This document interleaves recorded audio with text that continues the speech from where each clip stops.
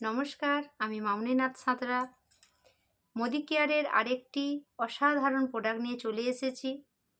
এখন ঠান্ডার সময় নাক বন্ধ বা নাকের সর্দি প্রত্যেকটা বাড়িতেই লেগেই আছে, ছোট এবং বড় প্রত্যেকেরই হচ্ছে।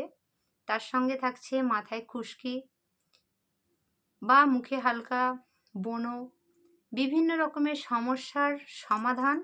সেটি হলো এই টিটি অয়েল। এই টিটি অয়েলের কিন্তু প্রচুর কাজ।